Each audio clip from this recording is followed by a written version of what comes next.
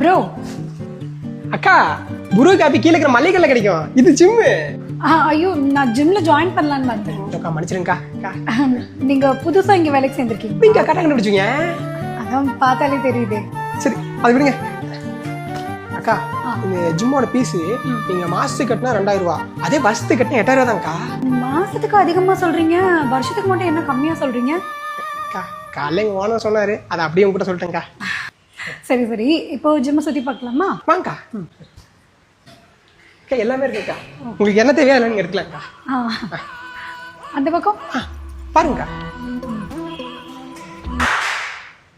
ஏனுங்கண்ணா gym பார்க்க வந்தீங்களா? சத்த நேரம் அங்கேயே வெயிட் பண்ணுங்கண்ணா, அக்காட்ட மட்டும் ஜிம் சுற்றி காமிச்சு வந்துடுறேன். கப்பலாங்க. அவங்களை பார்த்தா ஜிம் பார்க்க வந்த மாதிரி தெரியல. நீங்க என்னென்ன இதுக்கும் கிட்ட போய் கேளுங்க. அப்படிங்கிறீங்க? சரிங்கக்கா.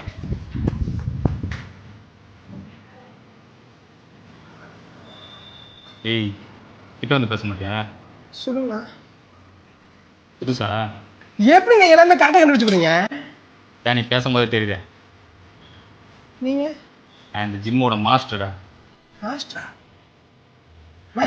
நான் டான்ஸ் மாஸ்டர் கேள்விப்பட்டிருக்கேன், கராத்தா மாஸ்டர் கேள்விப்பட்டிருக்கேன், பிடி மாஸ்டர் கேள்விப்பட்டிருக்கேன், ஏன் புரோட்டா மாஸ்டர் கூட கேள்விப்பட்டிருக்கேன். இப்போ ஜிம்முக்கு மாஸ்டர் வந்தாங்க, அது மாஸ்டர் இல்லைங்க, ட்ரெயினர் தான் சொல்லுவாங்க. ஏய் இந்த கேள்வி கேட்கறது உங்கள் வேலை இல்லை. இந்த துடைக்கிறது, பெருக்கிறது, இருந்த பொருளை இருந்த இடத்துல வைக்கிறது, அது மட்டும்தான் உங்கள் வேலை. பா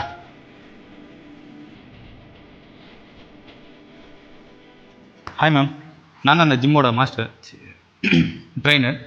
நீங்கள் வெயிட் லாஸ் பண்ணுமா வெயிட் கெயின் பண்ணுமா? இல்ல நான் எல்லாமே அவர்கிட்டயே சொல்லிட்டேன்.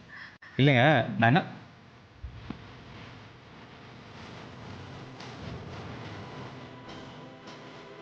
நான் அப்புறமா என்னன்னு பார்த்துட்டு உங்களுக்கு கால் பண்றேன். சரிங்கக்கா. அக்கான்லாம் சொல்ல வேண்டாம், ஏன்னா என் பேர் கீர்த்தனா, நீங்க என்ன பேர் சொல்லி கூப்பிடலாம். உங்க பேர் என்ன நீங்க சொல்லவே இல்லை? முருகன்க்கா. இப்பதானே சொன்னேன் அக்கா சொல்ல வேண்டாம். மன்னிச்சிருங்க. சரி நான் உங்களுக்கு கால் பண்றேன். மேடம் என் நம்பர் வேணா நோட் பண்ணிக்கங்க. இல்லை நான் இவருக்கே கால் பண்றேன்.